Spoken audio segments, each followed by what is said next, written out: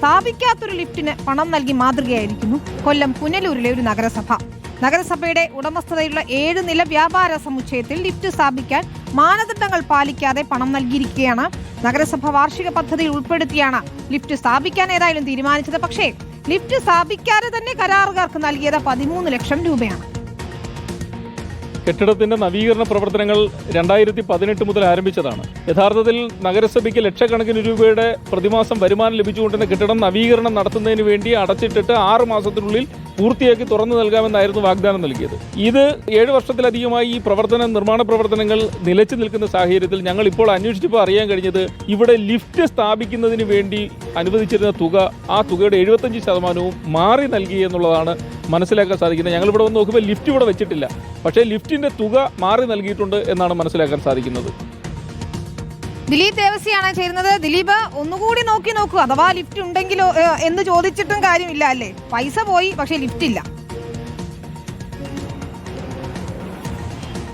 വിനീത, അങ്ങനെ തന്നെയാണ്. നമ്മൾ എന്തായാലും ഇക്കാര്യവുമായി ബന്ധപ്പെട്ട് പുനലൂർ നഗരസഭാ ചെയർപേഴ്സൺ പുഷ്പലതയുടെ അടുത്ത് ഇക്കാര്യങ്ങൾ തിരക്കിയിരുന്നു. അപ്പോൾ പുഷ്പലത പറയുന്നത് ജോലി തുടങ്ങിയിട്ടേ ഉള്ളൂ, മാത്രമല്ല എഗ്രിമെൻ്റ് പ്രകാരമുള്ള പണമാണ് നൽകിയത്, അതിലൊരു വീഴ്ചയും സംഭവിച്ചിട്ടില്ല എന്ന് പുനലൂർ നഗരസഭ പറയുമ്പോഴും 7 വർഷമായി ഈ കെട്ടിടത്തിൻ്റെ നിർമ്മാണം അല്ലെങ്കിൽ പുനർനവീകരണം തുടങ്ങിയിട്ട് 7 വർഷമായി.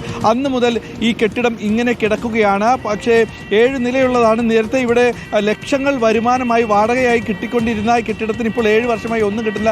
ഇതിനിടയ്ക്കാണ് ഇപ്പോൾ ഇവിടെ ലിഫ്റ്റ് സ്ഥാപിക്കാൻ എന്ന് പറഞ്ഞുകൊണ്ട് കരാർ കമ്പനിക്ക് 75% തുക, ഏകദേശം 13 ലക്ഷം രൂപ നേരത്തെ തന്നെ അഡ്വാൻസായി നൽകുകയും ആ ലിഫ്റ്റ് എവിടെ എന്ന് ചോദിച്ചാൽ വിനീത സൂചിപ്പിച്ചതുപോലെ തന്നെ പോയി നോക്കിയിട്ട് ഒരു കാര്യവുമില്ല, അവിടെ ലിഫ്റ്റ് ഇല്ല എന്നുള്ളതാണ്. പക്ഷേ ഇതിനെതിരെ ഇപ്പോൾ പ്രതിപക്ഷമടക്കം രംഗത്തെത്തുകയും ചെയ്തിട്ടുണ്ട്. എവിടെ ലിഫ്റ്റ് അല്ലെങ്കിൽ എവിടെ ഈ നവീകരണം എന്ന് ചോദിക്കുമ്പോൾ കൈമലർത്തി കാണിക്കുക മാത്രമാണ് ഇപ്പോൾ പുനലൂർ നഗരസഭ ചെയ്തത്.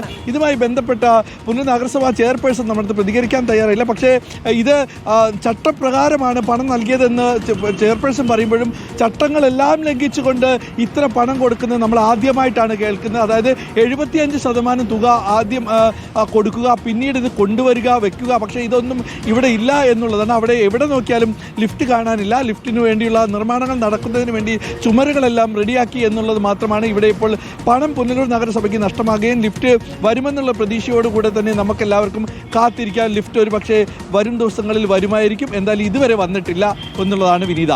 ദിലീപിന്റെ റിപ്പോർട്ട് കണ്ടിട്ടെങ്കിലും അവിടെ ലിഫ്റ്റ് സ്ഥാപിക്കാൻ തോന്നട്ടെ. ഏതായാലും 13 ലക്ഷം പോയിട്ടുണ്ട്.